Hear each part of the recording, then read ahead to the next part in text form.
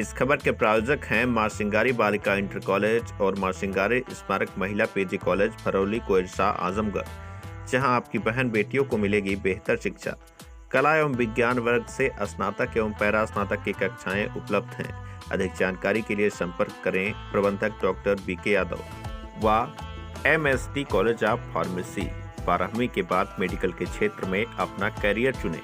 करें रोजगार परक कोर्स डी फार्मा, तो देर किस बात की। एडमिशन ओपन है, सीटें भी सीमित हैं। अधिक जानकारी के लिए संपर्क करें व्यवस्थापक विभव कुमार यादव उर्फ आंसू से।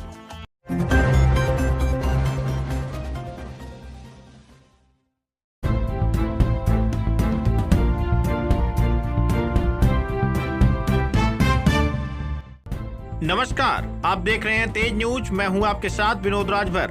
आइए शुरू करते हैं खबरों का सिलसिला। कब्र से निकाला गया महिला का शव, पिता ने गला दबाकर हत्या करने का लगाया आरोप। आजमगढ़ में एक अजीबोगरीब मामला देखने को मिला है, जहां पर महिला का शव कब्र से निकाला गया है। बता दें कि आजमगढ़ जिले के फूलपुर थाना क्षेत्र के ग्राम कौड़िया में पिता की तहरीर पर पुलिस ने कब्र में दफन पुत्री का शव बाहर निकालकर चिकित्सीय परीक्षण के लिए भिजवा दिया। पिता का आरोप है कि उनका दामाद पुत्री को अक्सर मारता पीटता था और तलाक की धमकी देता था। विरोध करने पर गला दबाकर पुत्री की हत्या कर दिया। बताते चलें कि ग्राम कौड़िया निवासी परवेज आलम पुत्र रमजान के बड़े पुत्र जमाल उम्र 35 वर्ष की शादी देवगांव कोतवाली क्षेत्र के बैरीडीह निवासी हारून पुत्र अकबाल की पुत्री सिद्रा बानो से 10 वर्ष पूर्व हुई थी। सिद्रा और जमाल से 3 संतान पैदा हुई। जमाल की 10 वर्षीय बड़ी पुत्री इल्मा की मानसिक स्थिति ठीक नहीं थी, जिसकी वजह से सिद्रा चिंतित रहती थी। 25 मई को एक साथ सभी लोग खाने के लिए बैठे थे। सिद्रा सभी के लिए खाना ला रही थी। खाने का प्लेट साफ न रहने और दाल में नमक न होने के कारण पत्नी को जमाल ने डांट फटकार लगाई, जिससे नाराज होकर सिद्रा अपने रूम में गई और दरवाजा बंद कर लिया। पति को व परिजनों को कुछ शंका हुई कि सिद्रा आज दरवाजा क्यों बंद कर ली। पति ही बनाने की गरज से रूम के पास पहुंचकर दरवाजा पर दस्तक दी। कई बार दरवाजा खटखटाने के बाद भी नहीं खुला तो जमाल अन्य लोगों के साथ दरवाजा तोड़ दिया और सभी देखे कि सिद्रा के गले में दुपट्टा लपेटे चारपाई पर बेहोश पड़ी है। परिजन तत्काल फूलपुर स्थित ताहिर मेमोरियल अस्पताल ले गए, जहां से जवाब मिलने पर जिला मुख्यालय स्थित रमा अस्पताल ले गए, जहां इलाज के दौरान उसकी मौत हो गई। हादसे की जानकारी सिद्रा के पिता हारून को भी दी गई। हारून परिजनों के साथ अस्पताल से ग्राम कौड़िया आए, जहां आपसी सहमति बनी और प्रधान कौड़िया मानवती के लेटर पैड पर सहमति पत्र बना। 26 मई कौड़िया के कब्रिस्तान में सिद्रा बानो का शव दफन कर दिया गया।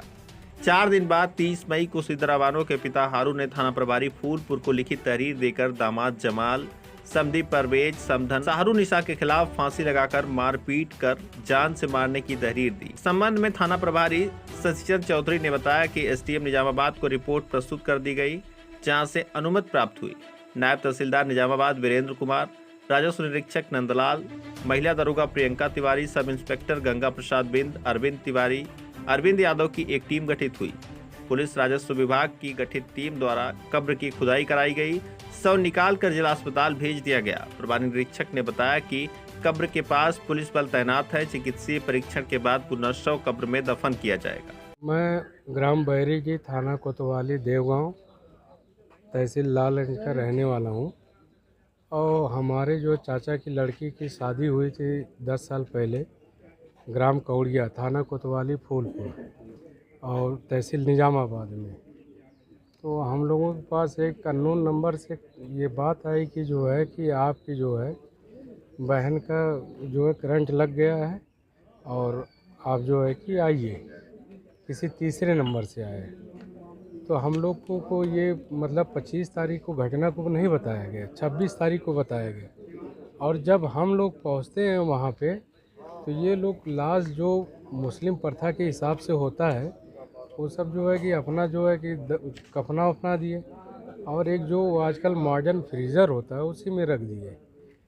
हमारे किसी परिवार को ना वो लाश देखने दिया गया, ना तो छूने दिया गया और सीधे ले जाकर जो है 5:30 बजे 26 तारीख को दफन कर दिया गया। क्या क्या पहले भी कुछ होता था, लड़ाई झगड़ा वगैरह? मारना तो 10 साल से कंटिन्यू चला उसका। कभी किसी को मैटर को लेकर, कभी किसी, और कुछ नाजायज़ संबंधों को भी लेकर ऐसा हुआ।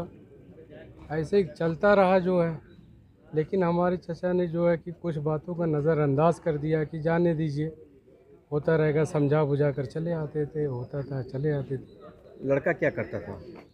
लड़का यहीं घर पे था, फिर कहीं सुनने में आया कि फिर बाहर गया है, फिर घर पे है, यही सब ड्रामा चलता था।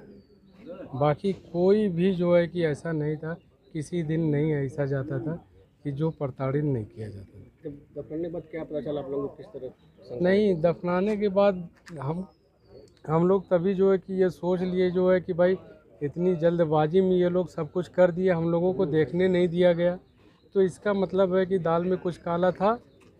तो हम लोगों ने जो है कि वहाँ SHO साहब जो फूलपुर के थे उनके यहाँ और SP साहब के यहाँ से जो है कि वो हुआ, तो SP साहब ने हम लोगों की मदद किया और वहाँ जो है कोतवाली से हम लोगों को मदद मिली और आज जो है लाश लगभग तकरीबन 12 बजे जो है वहाँ कौड़िया ग्राम कौड़िया थाना कोतवाली फूलपुर से सारे लोग मजिस्ट्रेट के उसमें जो है कि निकाली गई लाश।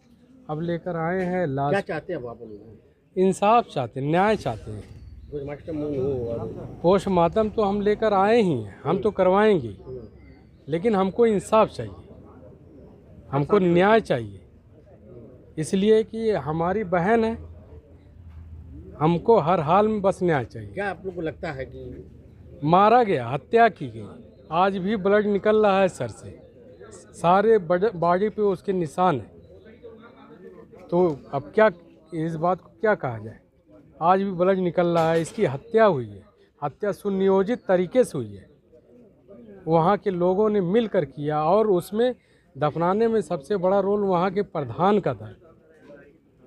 इस तरह की घटना को करवाने नहीं, हम तो सीधे सीधे जो है कि हमारी बहन की जिससे शादी हुई है उसके परिवार वाले, वहाँ के जो 2-4 लोग हैं जो सुनियोजित तरीके से दफना दिया, इंसाफ नहीं दिया जो है हमारी बहन को, तो इससे जो है कि हम सिर्फ इंसाफ ही चाहते हैं।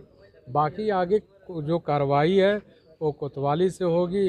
हमको जो है कि न्याय की पूरी उम्मीद है। हमारे यहाँ जो कप्तान साहब हैं जिला आजमगढ़ के, उनसे न्याय की हमें पूरी उम्मीद है। इस षड्यंत्र जो भी शामिल उनके ऊपर कार्रवाई हुई अभी चाहते हैं? बिल्कुल चाहते हैं, जो लोग इसमें शामिल हैं, जो लोग मतलब इस षड्यंत्र में आए हैं, हम इसी मतलब है कि रिक्वेस्ट करके जो है हम जिले के कप्तान साहब से और वहाँ जो है SHO साहब से हाथ जोड़ के रिक्वेस्ट कर रहे हैं कि हमारी बहन को न्याय दिलाए। हम उनसे रिक्वेस्ट कर रहे हैं, बस न्याय की बात कर रहे हैं हम। दिनांक 30 मई 2024 को थाना फूलपुर पर एक व्यक्ति मोहम्मद हारून जो देवगांव के रहने वाले हैं, उन्होंने आकर लिखित तहरीर दी जिसमें बताया कि 25 मई 2024 को उनकी पुत्री जिसका विवाह लगभग 10 वर्ष पूर्व थाना फूलपुर के रहने वाले जमाल अहमद से हुआ था, उसकी मृत्यु हो गई है करंट से और ससुराल पक्ष ने बिना किसी को बताए उसकी बॉडी को कब्रिस्तान में दफन कर दिया गया है। इस पर उन्होंने पोस्टमार्टम कराने के लिए अनुग्रह किया, जिस तहरीर को नियमानुसार SDM के समक्ष, SDM निजामाबाद के समक्ष प्रत्यावेदन किया गया।